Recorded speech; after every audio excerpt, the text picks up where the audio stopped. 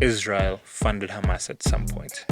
Is there truth to that? Why is South Africa the only country in the world that is so hell-bent on Israel? I don't recall SA ever taking a side, per se. Maybe somewhere in some... What do you mean have you taken a side? The ICJ didn't explicitly say ceasefire, but it did say prevent the loss of lives.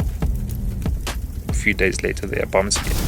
How is that trying to find any peace or any type of solution?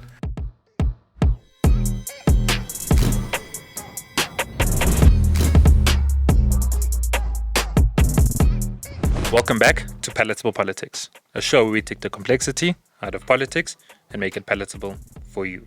With me, your host, TJ Maslela. Welcome to the show. In today's session, we're going to be discussing the whole Palestine issue with regards to ICJ, the attacks, and here to give us insight from a different perspective is the spokesperson of the Friends of Israel, Mr. Bafana Modise. Welcome to the show. Yeah, thank you for having me, brother, and good day to the viewers. So you are a spokesperson, radio personality, and also fellow podcaster. Yeah. Can you give us a bit of your journey and how you landed up at Friends of Israel? Yeah, it's quite a mind-blowing journey. It started in my early years in student politics, when I was a member of SASCO back in college. So we grew up with in the struggles. If you know the ANC culture, you know Free Palestine, Yasser Arafat, all the engagements that come out of it, and the apartheid that was always labeled. So literally I grew up knowing that even though I'm a Christian, I will not stand aside and support an apartheid regime, knowing what my parents went through and what this country went through, right? Okay. So I started a radio career immediately after my political journey, and then there was an opportunity to travel to Israel with other fellow student leaders, which to some extent we called it a propaganda trip. This ones they want to go and fool us and lie to us about this, right? Okay. Arriving in Israel then, it became something very unsettling. Yes, there is a conflict on the ground, but the apartheid charge on the it's unqualified. There is no segregation of people. Right in the airport, you get to Ben Gurion Airport, you have Arabs there, Jews there, you have prayer for Muslims, prayer rooms for Muslims, prayer rooms for Jews, Christians. Literally, people are quite, there's no different lines for black and lines for white. You know how our country was managed. And then I went into the streets. This is in Israel. This is in Israel. Okay. I went into the streets. I went into the lifestyle. Your kids were playing around there. Arabs, Jews by the beach. You see our Arab ladies and the Jewish people, even Ethiopian Jews who are there, our black brothers were there, and many other people from different nations. And you go to Tel Aviv, you would see that diversity very strong. Even in Jerusalem, on Fridays, you see Muslims going down to Jerusalem to pray. You see Jews later on going to the hotel to pray. And there is no... So for me, I didn't see apartheid. Yes, there is a conflict on the ground. There is history to this conflict. There's been bloodshed for many years in this conflict. And just like Nelson Mandela, I support that both people must exist side by side in peace and in harmony. But returning from Israel, now my Christian convictions, my Christian beliefs now were ignited. And I said, I grew up my whole life believing and knowing that one day God will return the Jews back to their homeland, as a prophecy of Isaiah, Jeremiah, and many others. And now even the Jews, the Zionist movement is built on the return to Israel. And you know, if you know your Bible, if you're a Christian, Tapelo, but you will know that there was a part where Moses returned the Israelites to the Holy Land. You will know that Nehemiah from Babylon returned with the Israelites to Israel. So what we are seeing today also as Christians, and not... you see that God is in move, and the Jews, after 2,000 years, have returned to their homeland. We're going to come back and dissect a lot of what you just said. But now, the Friends of Israel. Can you give us an outline? How did it come about? Objectives? So, the Friends of Israel, because of the misinformation that is running through our country, we started the movement. It's built to build relations with all South Africans, meaning religious, tribal leaders, political parties. As anyone who sees Israel as a potential partner for development of our country. To the churches, they see Israel as their biblical homeland, the capital of their faith, Jerusalem. So others, obviously, like your kings and kingdoms, they will see Israel more of as a partner to empower their communities, as they have done in many villages with their water projects and all of that. So we welcome everybody who has a better appreciation of Israel, but also people who are willing to engage on how do we forge hands as South Africans through dialogue to bring about peace in the Middle East. Because at the end of the day, whether you support Palestine or Israel, is the Jews who are dying, is the Arabs who are dying, people are dying. And at some point, we need to forge hands and find a way forward to maintain peace and order and just harmony between two people, these neighbors that are living together. With that said, what's your position on the people dying? I mean, my Because bro, yes, we understand that Hamas does attack here and there, but I mean, if you were to compare the Hamas attacks and the Israel attacks, there's no proportionality. I mean, let's look at it this way. Before October 7th, did Israel ever attack Gaza? When did Israel attack Gaza before October 7th? When we talk about now the occupying, I assume that the occupying has started a while ago, and yes, I understand that. I think when you say occupying, Gaza is under the rule of Hamas. The people of Gaza are governed by Hamas. Hamas is in charge of Gaza. The occupying, if you mean that we closed the blockade, if you mean the blockade when you say occupying, the blockade was put in place as a security measure. The same way Egypt has done the same thing, because Hamas is not a credible person to trust. The same way Egypt had to say, I'm going to shut down my border because I don't trust these guys. And they didn't even have a reason, because I don't remember Hamas attacking Egypt. But Hamas has been on attack on Israel. This is the organization that has declared annihilation, more like a Nazi group, to say they will exterminate Jews in Israel and across the world. So if you have an enemy at your doorstep who has declared genocide on your people, what do? You impose a blockade. Naturally, example, we'll use SA, that if one of our neighbors had an issue and said, look, they want to deal with South Africans, etc., we would put up a solid border. We would have measures in place that say, you stay there. And if you attack, we'll retaliate. But now the extent to which Israel have done it, the presence on the ground, the bombings of hospitals, schools, there was a refugee camps. Tapelo, if you follow what's happening in Israel, in 2005, Okay. Israel left Gaza Yes. completely.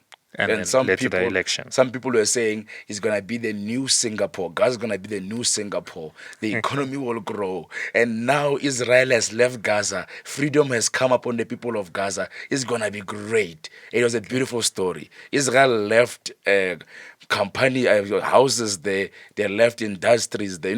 They didn't even go around crashing everything. They just left, pick up your bags, even took their graves and say, let's go. And what happened? Was there a blockade then? No. Was there anything what you call a blockade, occupation? No. So when Hamas took over, they started attacking. If you start attacking, every nation has a right to defend its citizens. And that's exactly what Israel has been doing. Just like on October 7th. It was a normal holiday, a religious holiday in the Jewish community. People were chilling, relaxing, right? And then they attack, killing over 1,000 people, taking over 200 hostages. Those are terrorist acts. And if that happened to South Africa, I will expect my president to take the same action to say, we need to release my people out of the territory of our enemy, of the enemy camp. I fully agree with you. Sure. In the sense of October 7th was horrible. Yes, I'm not condemning it by any chance. Just taking a step back. 2005, Israel left, which would mean that they were there before. They were occupying before. Would you call Egypt an occupier? No. What would you call Egypt an occupier? Because Egypt ruled Gaza for 19 years. From 1948 to 1967. Jordan ruled the West Bank from 1967.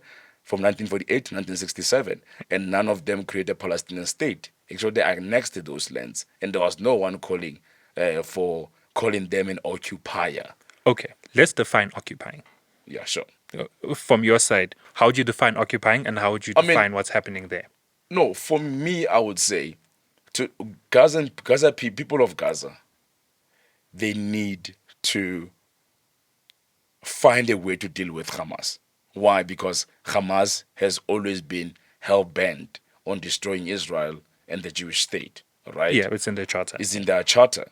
So, therefore, when you have a leadership with that agenda and they are literally always on the offensive, let's be honest, the commentators call these guys freedom fighters, right? If you call Hamas freedom fighter, I don't know how, but in our freedom fighting in South Africa, Nelson Mandela never sent someone to go and bomb themselves in the bus. Our struggle does not have suicide bombers. Our struggle does not have kidnappings. Our struggle does not have a religious doctrine fueling it further. Our struggle is an honest struggle of people who are oppressed and who need freedom and coexistence with our African or our white counterparts. Our struggle did not get to a point like today where you still have over 100 people held hostage in Gaza. So this is pure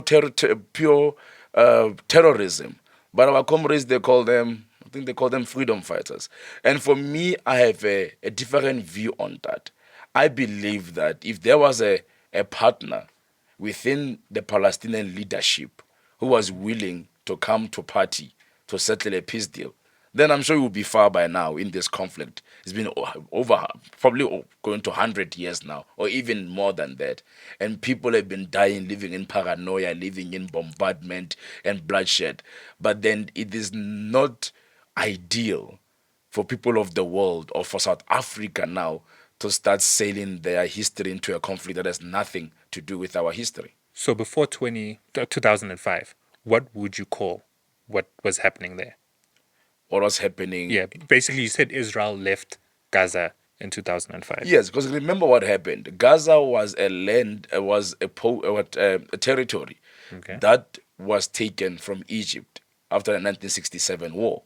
Okay. Egypt attacked Israel, and then Israel, what did they do? They fought the war, they won the war. The same way Jordan themselves, they had, as you say, you call it occupy, and Israel won the war, taking the West Bank from Jordan.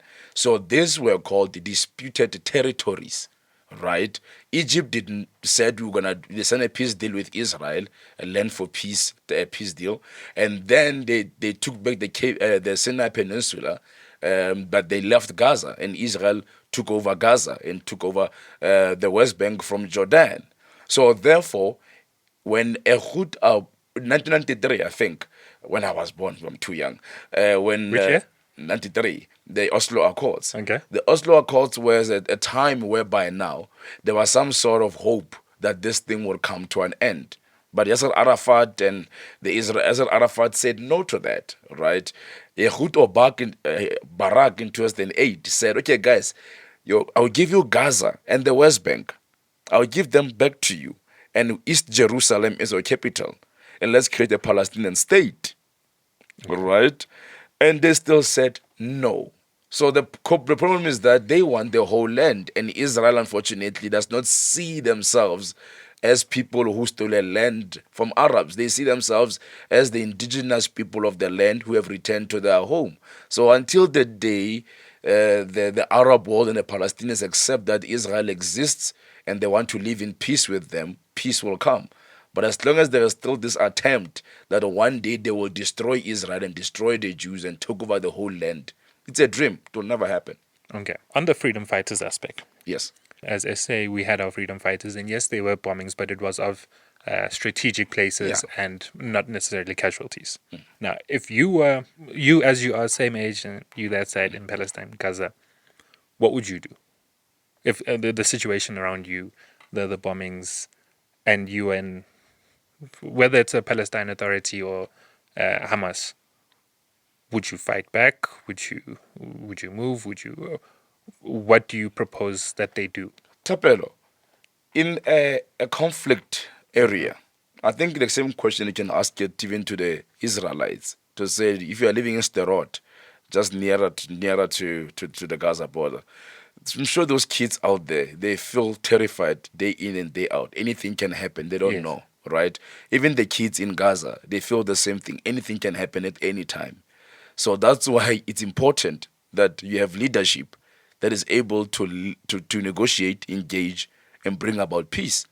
But if you have leaders who are fixated on bringing war and terror, then sadly both people and even the children are going to suffer as a result of our own agendas. But are there not other ways to go about it?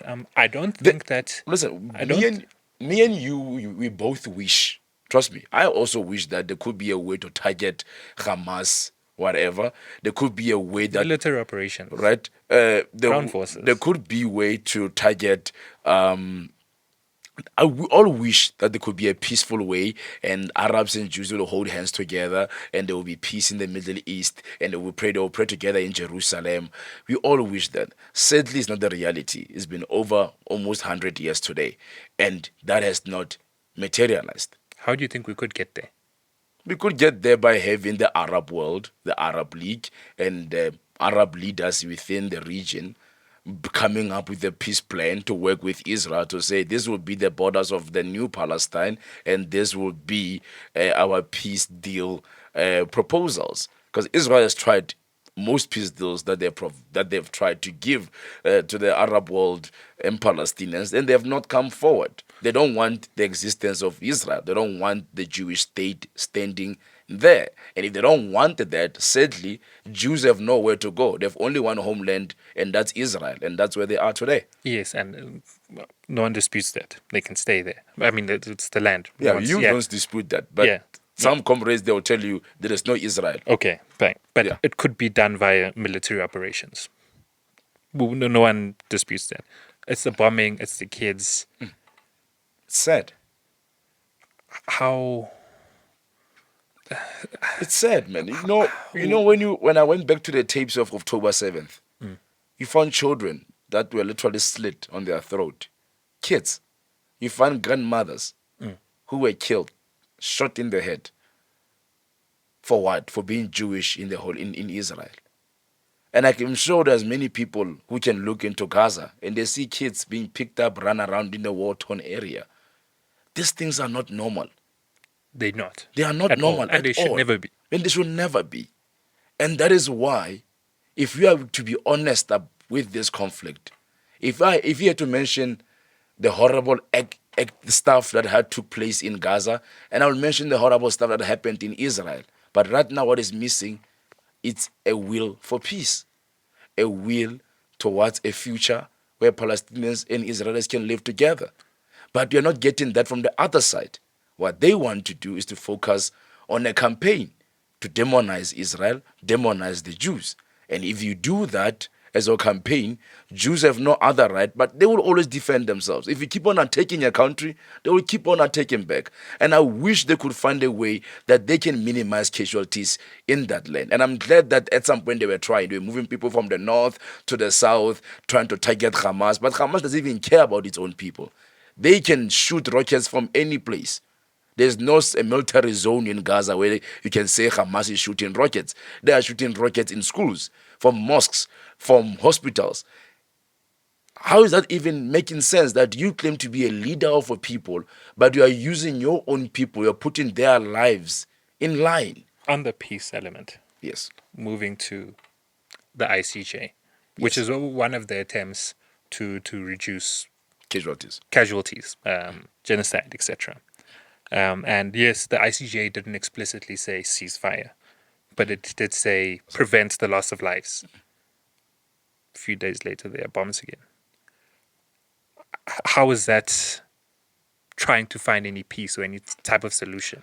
Because an independent body If you remember, comes and says, guys, they didn't say it is explicit genocide, but they said there is no stop genocide. it. Yes, you are right. Listen, if you are honest with your analysis, you will know that the day when that court case happened, it was who attacked again first upon the people of Israel. It was Hamas that started shooting rockets, and Israel had to go in again. And now, sadly, I just hope that we are honest with ourselves to say, if Hamas keeps attacking Israel, Israel will always respond. And if you love your people and you want the war to stop, there's only one condition: release the hostages. Release the hostages, the war would stop. It seems like we care more about the Palestinians more than their leaders. Because if I was a Hamas leader, and I've seen already over what 10 or 15,000 people have died, I would have released the hostages on the fourth or fifth day, just when the number reaches 100. But they held onto the hostages and literally sacrificed their own people for their own political agenda. That is not normal. I would hate those leaders myself. If you are my leader and you are holding people hostage in my house and I'm getting bombs and you won't even choose my life over your hostages, all that Hamas has to do to stop this war is to release the hostages. And today you still have over 100 of them in Gaza. But yet they want to claim to want to have peace. But they rather sit there, hold on to the hostages, and keep on counting numbers. This is not right, Tapelo. It's wrong. I don't understand how it even makes sense that if you love Palestinians, you should be calling for the release of hostages. Simple as that, and the war stops. No disputes there. However, one, were there no bombs attackings before the 7th of October Do you remember any? from Israel? Do you remember any? No, No, but I'm also not thinking. But No. from your guys' side, so you can confirm there were no bombings. Israel has always There was been no- on a defense mode. Always.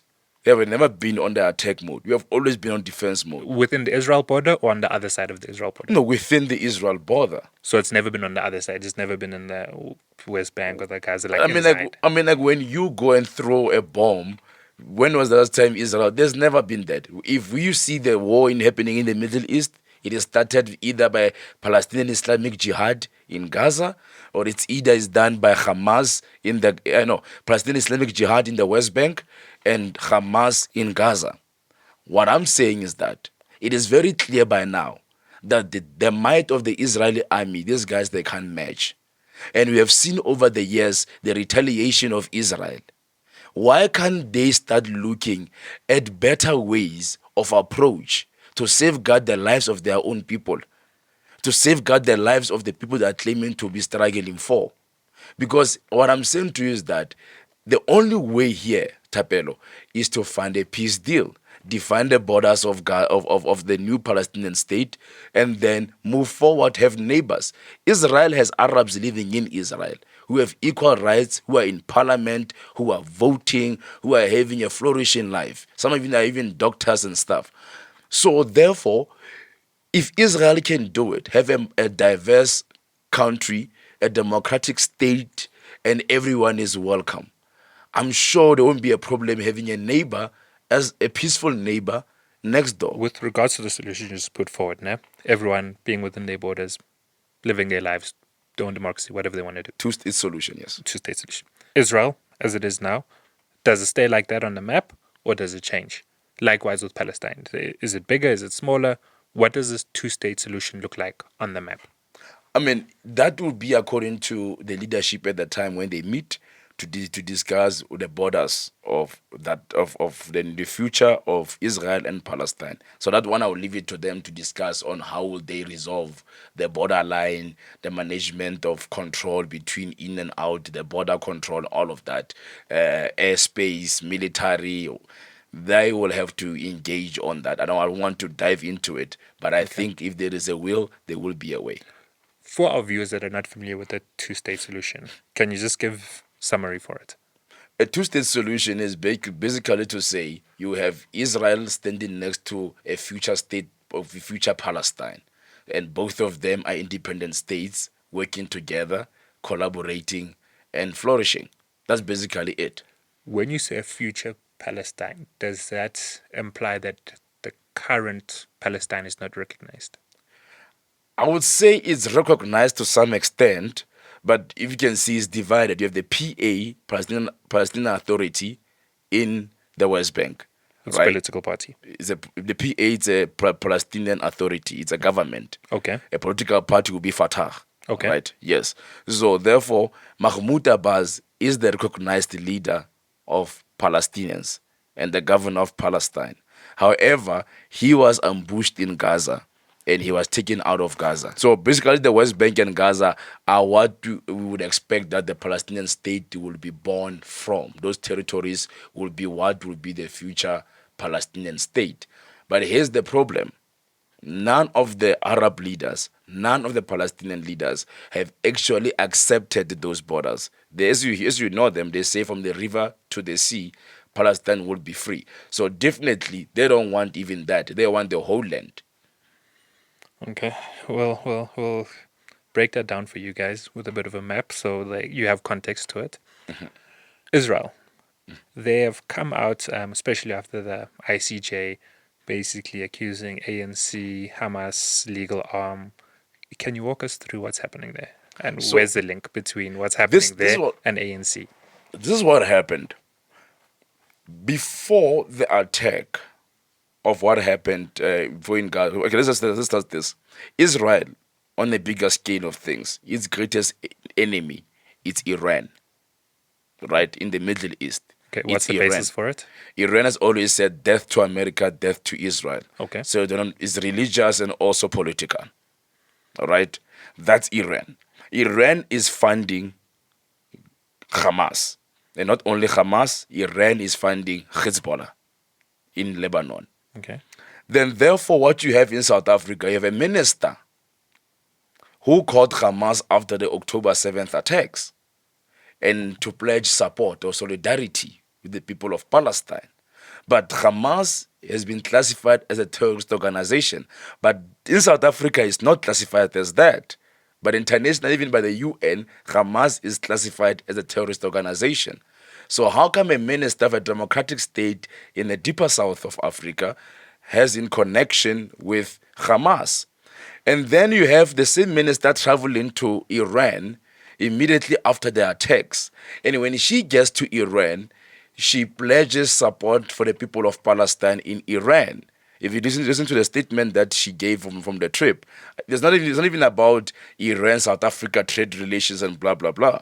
So what you have also, if you can remember back in the history, if you had the struggle, we know that our leaders in the struggle, they were equally trained along the Yasser Arafat, the friendship during the struggle in Moscow as well with Russia supporting the liberation movements. As much as we sympathized with the struggles at the time, or even now, I think we still sympathize with them. However, Mandela at the time maintained the position that we equally call for the state of Israel with equal vigor support the state of Palestine. Meaning what he did, he chose to take a wise man decision, not to make your enemies our enemies or your friends our friends. We are going to deal with you diplomatically and be a voice of unity and reconciliation. That's what a statesman did. But right now in South Africa, it is, you will swear that at some point Palestine is the 10th province of South Africa, right? Because that is the only issue that this government cares about. They don't care about Congo. They don't care about Zimbabwe. They don't care about Al-Shabaab in Mozambique. They don't care about all of these things that are happening within the continent, that even in South Africa, that are very agent that needs help.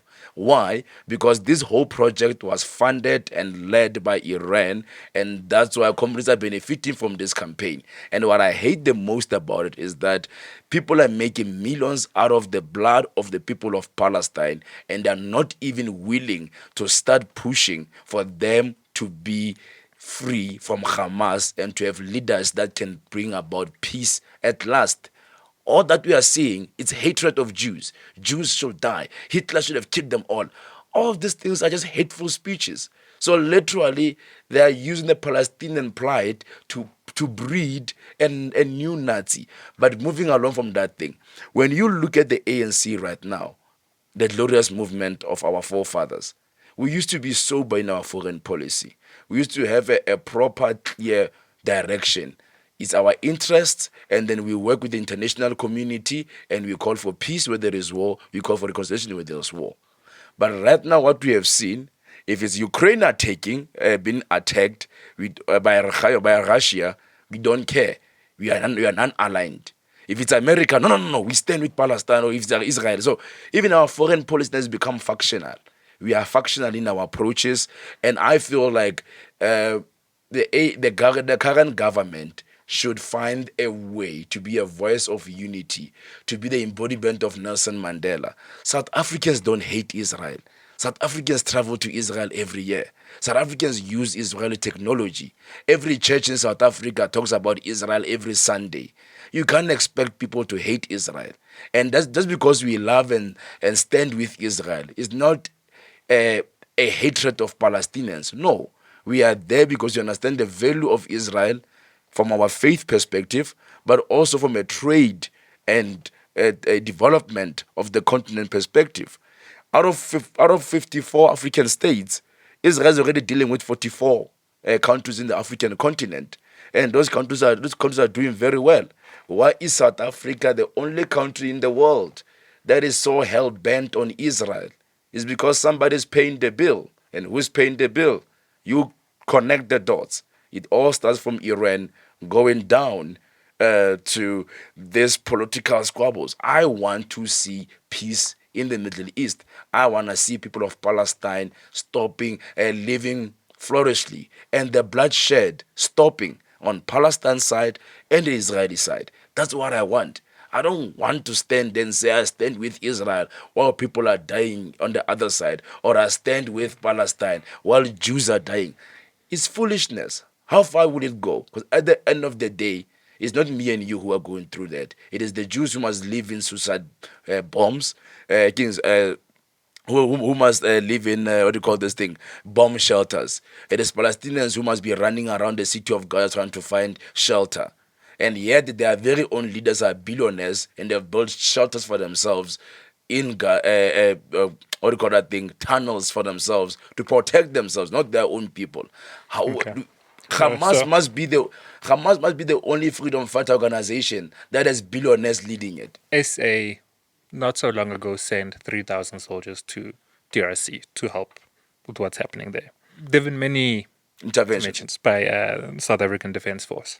The whole Russia, Ukraine, SA did come out and saying, hey, can we stop the war? The president went there. Part of the Africans trying to intervene to say, hey, can we stop the lives? Not necessarily declaring right or wrong, but there's no reason for bloodshed. SA just says, we've experienced apartheid. We know what this was like. Many people, many countries, including the Palestine, stood with us. We are not just going to stand But by. Tapelo, do you call a country that has equal rights for its citizens and they can all vote an apartheid state?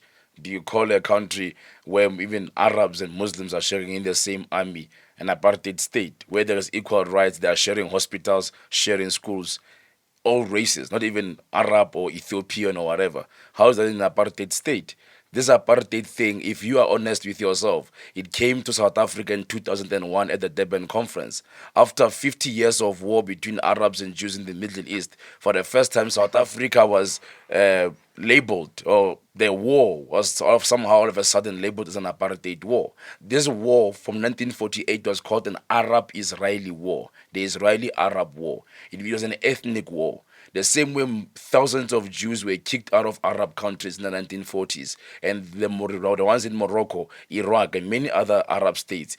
Those Arab states kicked out the Jews out of their countries. And where are those Jews today? Are they still refugees? No. They are in Israel. They are citizens. So if you really want to be honest with yourself, you will know that this war has nothing to do with South Africa. This war has been happening for many, many years. Some are calling it religious, some are calling it whatever, geopolitical, but the reality is that South African history has no place in this conflict. This conflict has nothing to do with our country. And I don't recall SA ever taking a side, per se. But I've always seen, and I maybe somewhere in some. what do you mean have you taken a side, Tapelo? SA, from what I understand, SA has always said there shouldn't be bloodshed.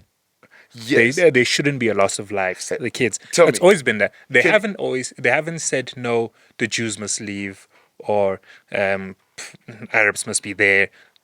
But There hasn't been pronouncement. Tapelo. It's always been a peace, Tapelo, which has been consistent in the foreign policy of SA. Okay, Tapelo, what do you call this? Okay. A country is attacked on the 7th of October. Yes. The following day, on the 8th, a president with all his ministers and people, they come out wearing the scarves, the Palestinian scarves, and pledge solidarity. Isn't that taking a side? If the president could travel to Ukraine to be a member, to be a peace mediator, why couldn't the president call, or even Naledi Pandor, our minister, why couldn't they call Benjamin Netanyahu and they put him on the phone and say, we want to come there to intervene? They did not do any of that. And there was no attempt at that because that is not the mission of our country. Our country is very clear. They support Hamas, they support Palestine. They have taken a side because any sober country, they would have said, we are called for peace between Israel and Palestine, let the bloodshed stop. You don't get to see a president coming out the day after a war has been started by Hamas and now come out wearing scarves and saying we stand with the people of Palestine. There is no apartheid in Israel. It's a fact. If you don't believe me, go and see it for yourself. Apartheid is a propaganda machinery that was bought here in South Africa in 2001. You can go and check it out, the Durban conference. For the first time, that's when you heard Israel being compared to apartheid South Africa. But when you go into Israel today, I bet you, R1,000,000, you will not see any piece of apartheid because the reality is that it is the only democracy in the Middle East. What is happening in the West Bank, what is happening in Gaza is a political situation that must be dealt with by leaders, Arab leaders, Hamas and Mahmoud Abbas. But to label Israel an apartheid state. So you see, have you been to Israel? Sorry. No, I haven't. Okay. So no, I haven't been to the Middle East. That's fine. I'll call you. Oh, thanks. No. I'm kidding. It would be nice to see. Yeah, you should go and see it. Yeah. Okay.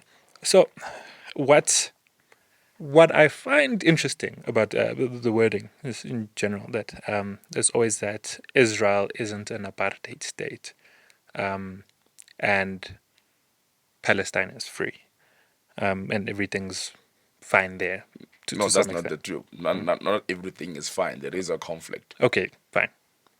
We'll run with that. But now, it feels a bit weird that Israel says that there's no apartheid, and Palestine in their country are saying there's apartheid. It's like me telling a colleague, "You're not being bullied," and the colleague saying, "But I'm being bullied." Okay. Do you understand? Okay. Let me put it this way. You see, when you go into Israel Parliament, you will find Arab members of Parliament. If you go to the current government today, whom part of the ministry, you will find that there's an Arab Muslim party in the Israeli Parliament.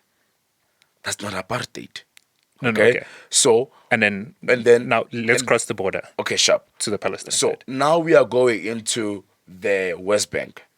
In the West Bank, what you have in the West Bank, you have the checkpoints. And people always say, but those checkpoints are the same as what? Don't pass what? Yeah. But if you go back in history, there were no checkpoints in Israel. Those checkpoints only came about after those intifadas, where people were bombing themselves in buses. People were bombing themselves in restaurants. There were stabbings, random stabbings of people. So there had to be a security measure put in place. And that security measure that has been put in place ever since. And you have not seen a lot of stabbings, you've seen a lot of suicide bombing coming in out of that land. Because the reality is that it's a security measure. But if you are pushing a political propaganda agenda, everything you're going to see it as, hey, I put it here, I can see it here. But then in the early 2000s was the checkpoint? No, but there was still a war. Was there a war in the year 2000? No, but there was still a war. Was the war has always been there. It did not start with Palestinians. It is ending today with Palestinians. It started with the Arab world, when the Khartoum conference took place and they said no negotiation with Israel, no recognition of Israel, and no peace with Israel. This was the Arab League declaring this. And largely, again, this war goes to religious lengths, where now most people believe that land is Al-Quds. Even Hamas. Hamas is not driven by political action. They are driven by religion. They are driven by the fact that they are going to liberate Al-Quds. Even their program was called Al-Quds. They didn't say Palestine will be free. They said Al-Quds. So it's a religious angle, geopolitical angle, but whenever Israel puts measures in place as security measures to protect their own people, every action that they put in place is oppressive. Okay. But then you can leave Egypt to put a blockade on Gaza, and it's fine. When Israel put a blockade on Gaza for their security concerns, no, it's apartheid. But when Egypt does it, leave it alone. But this one's a problem. Okay. So if it's Jewish, it's wrong. If it's any other one, it's okay. Okay. If the ICJ ruling comes back and says that this is a genocide, would you accept that? Genocide, how? Because it was very clear. According with, to that, with the genocide, Geneva Act there of must 1948. With genocide, there must be an intent. Yes. And is there any intent on Israel to wipe off the people of Gaza? Hell no. Because, I mean, me and you know that Israel has a stronger army in the world, and I'm sure they can do that. But for Israel to actually engage in this war and actually move people out of harm's way, that shows that there is no intention of wiping off the people of Gaza. And remember, a genocide must be committed against a particular group, meaning the Arab community there. You have the Arabs who are living in Israel, and they are growing properly, living very well.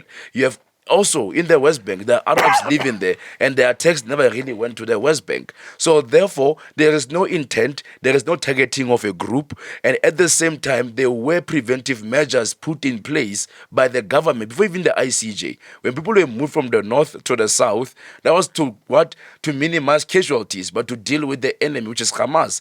And that's exactly what the ICJ gave us. They said, Israel, okay, you have a right to defend yourself, prevent the genocide, which you're already doing. But you don't talk about the most important thing.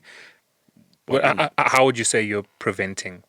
How you prevent genocide? Because by us moving civilians out of harm's way, by us throwing in letters and communication to people to say, the area you are in has Hamas terrorists around it, please try to move away so we can deal with the enemy. That's the proper way of giving people first and to say, people, listen, move away, we need to deal with the enemy. Unlike Hamas that went into a festival and started killing youth, young people indiscriminately. Yeah. No, so... wait.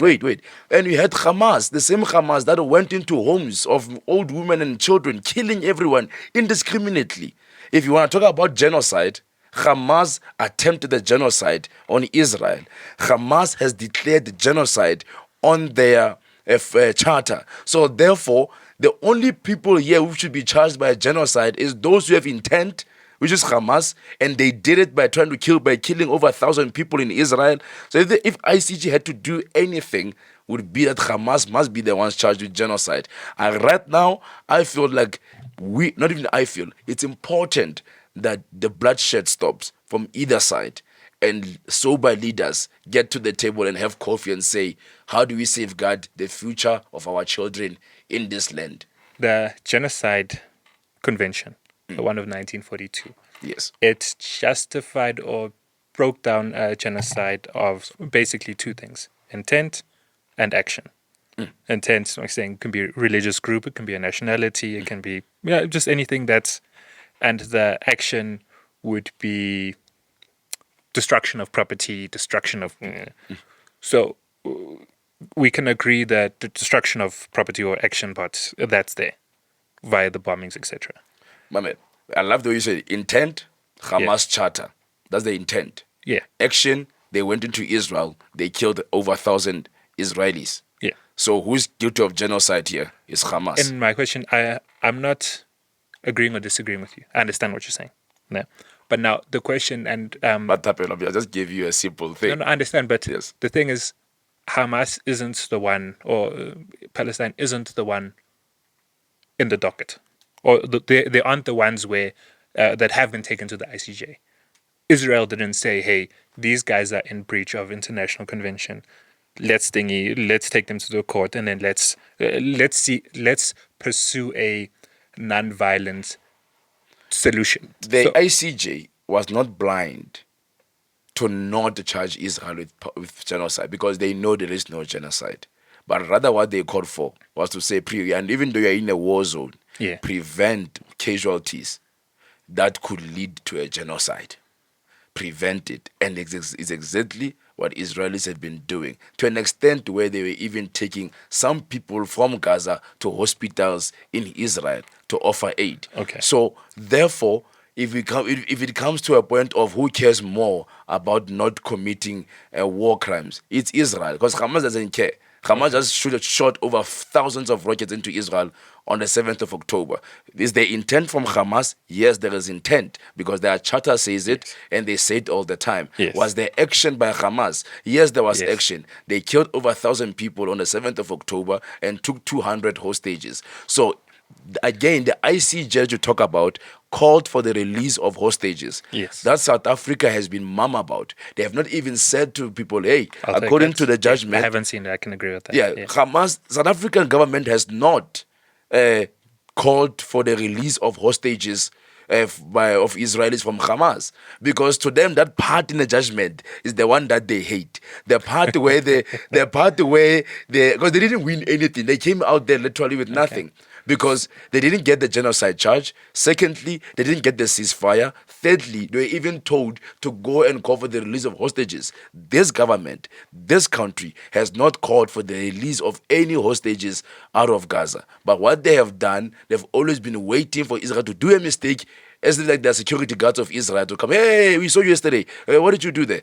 We should be calling for peace. Not this country, a mighty country like South Africa, being used to play political points in the international stage. If you want to be effective as a government in the world, you need to be able to engage and bring solutions. Don't go and increase problems or allow yourself to be used as a puppet to push an agenda. It's wrong. So one could equally say, as I was saying on the conventions, the intent, the Israel soldiers singing, "We'll wipe out the seed of Amalek," or Israel officials saying, "Human animals, beasts, etc."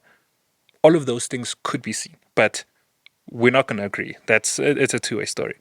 But my ultimate question is, if the ICJ's final ruling comes back and says Israel's guilty of genocide, would you accept that?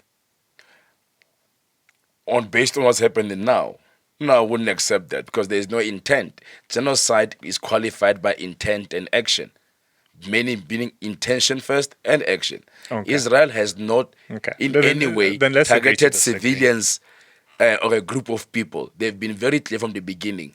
We are targeting Hamas, not Palestinians. Because if it was about Palestinians, they could have also been busy killing people in the West Bank and dropping bombs in the West Bank and Gaza. So there is no intent. It is very direct. We are fighting against an enemy within your people, which is Hamas. And until we eliminate the enemy, everything will go back to normal. Until we get our hostages back, the war will stop. And Hamas knows this. Hamas hasn't stopped the war or shooting rockets at Israel.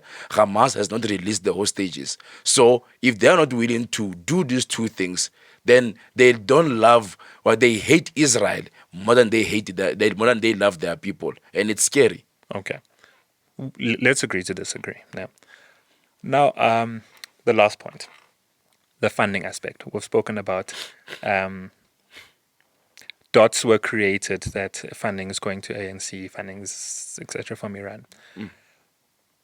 There are stories that Israel funded Hamas at some point. Is there truth to that? I can't confirm any of that. I'll be lying if I said Israel funded Hamas. Or for an example, we know that the ANC was broke, couldn't even afford to pay rent. Then Hamas came here, ANC was bowling. So is that something you can confirm? What do you mean? I'm not. As I'm saying, you see what you are telling me. It's a rumor. The same way you had a rumor Yes. that Israel funded Hamas. There's a rumor that Iran is funding ANC, and that's why you see people wearing those Palestinian scarves everywhere because they are chowing that money. Okay, so we agree that it's all rumors. It's all rumors. Whether it's ANC, legal arm ANC, that Israel funded Hamas, it's all rumors. I mean, when you look at the things, I mean, the minister has been to Iran, and the minister is very close to Iran, and I think this one has more ground here. You know, the one on the right here has more ground. I mean, there's a possibility here. When it comes to Hamas and Israel, they've been fighting all over. So I don't know. Okay, fine. Yeah. So okay, fine. So I mean, like, listen, put it this way: Hamas comes to Lutuli House, right? The Hamas that is funded by Iran comes to Lutuli House. It meets with the ANC. The minister and the Mandla Mandelas of this world have been in and out of Iran. When the minister goes to Iran, doesn't speak about the issues of Iran and South Africa, or doesn't even condemn the human rights in Iran. She goes there and claps hands about the issue of Palestine. So, do you think the rumor, there is a fire here to say there could be some millions running on this side? Here, you can see there is a war here. So, I'm not sure, that one I can't confirm or deny, but here, if we can follow something, you'll find something. I'm sure. Maybe 100 rand fell. Okay. So we can agree that it's rumors everywhere, and none of them, including Israel being funded by Hamas, is being denied. No one's denying that. We're all just saying that Israel funded Hamas. I mean, I can't. There's, like I'm saying, we agreeing that it's all rumors. But for me, no one's denying anything. You know what? I'm not going to take a position and say I deny it, because why would a nation, and this is just me and my position, maybe you could be wrong. Why would a nation fund a party that has called for a genocide of its own people? Why would I go and fund Botswana if Botswana has called for a genocide of South Africans? Why would I fund my own genocide against my people?